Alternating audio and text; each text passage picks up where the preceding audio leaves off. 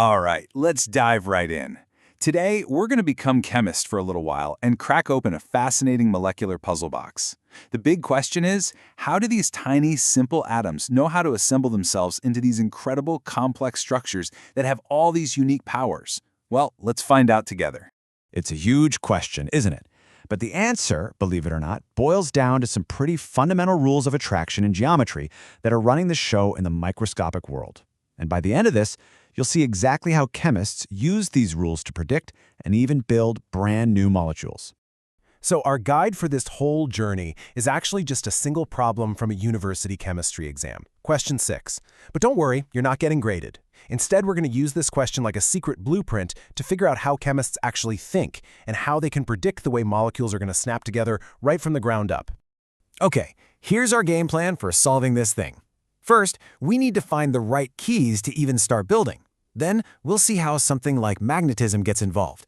We're even going to look at some building blocks that have these wild split personalities and uncover the secrets of 3D shape before putting all those puzzle pieces together at the end. Every great structure needs the right building blocks, right? Well, in this little corner of chemistry, our most important pieces are called ligands. But what in the world are they, and how do we even spot one in a lineup? Okay, this is the most important part right here. A ligand is an electron donor. It absolutely must have a pair of unbonded electrons, we call it a lone pair, that it can share with the central metal atom. Seriously, think of that lone pair like the teeth on a key. It's got to fit into the lock on that metal. No lone pair, no connection. It's that simple. And this table just lays it all out for us. You look at our candidates from the problem.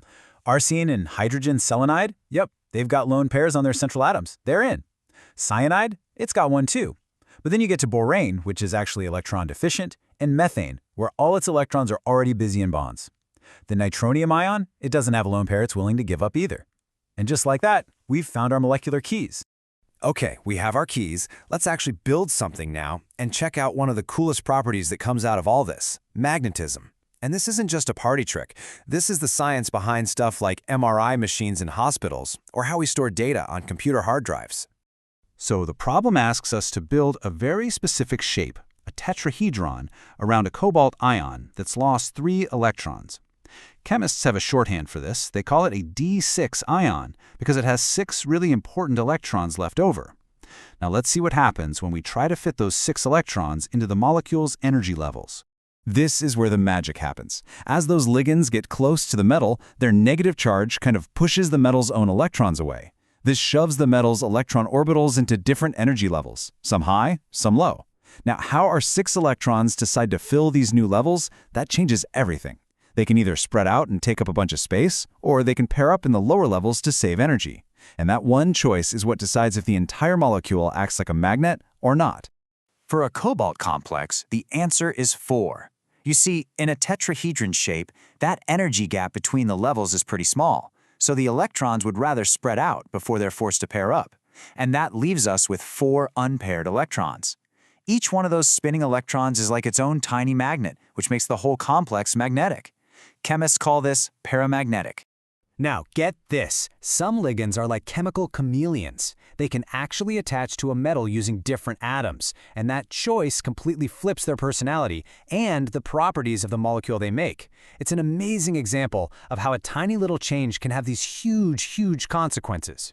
Let me introduce you to the thiocyanate ligand. If it bonds using its sulfur atom, we call it a weak field ligand. It doesn't really push the metal's electrons around much, so you get a small energy split, and the electrons spread out.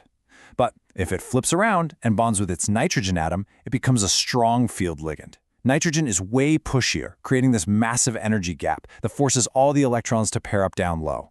Same exact ligand, 2 totally different results.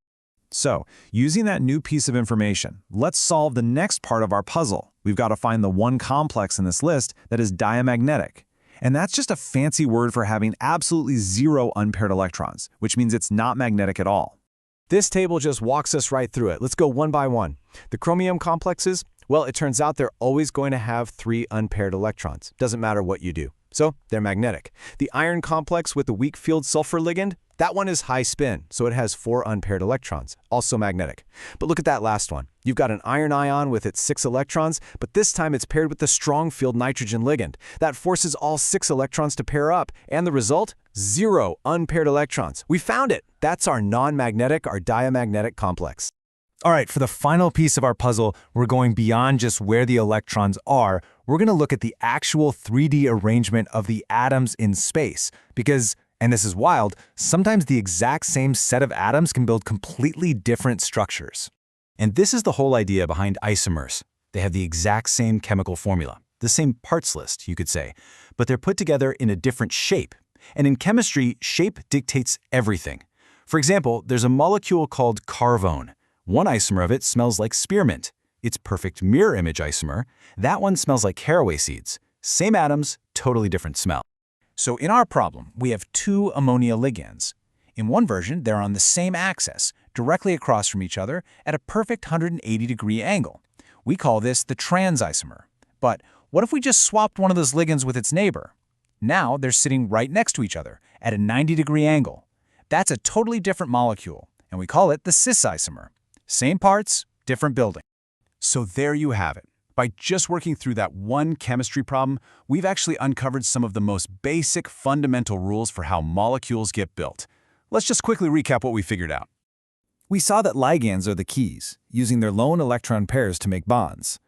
We learned that the 3D shape of these ligands creates energy fields that decide if a molecule is magnetic. We found out that some ligands have multiple personalities, and that the same atoms can build completely different structures called isomers. But the big takeaway, the number one rule, in chemistry, structure is everything. It determines what a molecule can do. We started with just a single exam question, but we ended up with this powerful toolkit for understanding how molecules are put together. It kind of makes you wonder, right? With these rules in our back pocket, what other puzzles in medicine or material science or biology are just sitting there, waiting for us to solve them?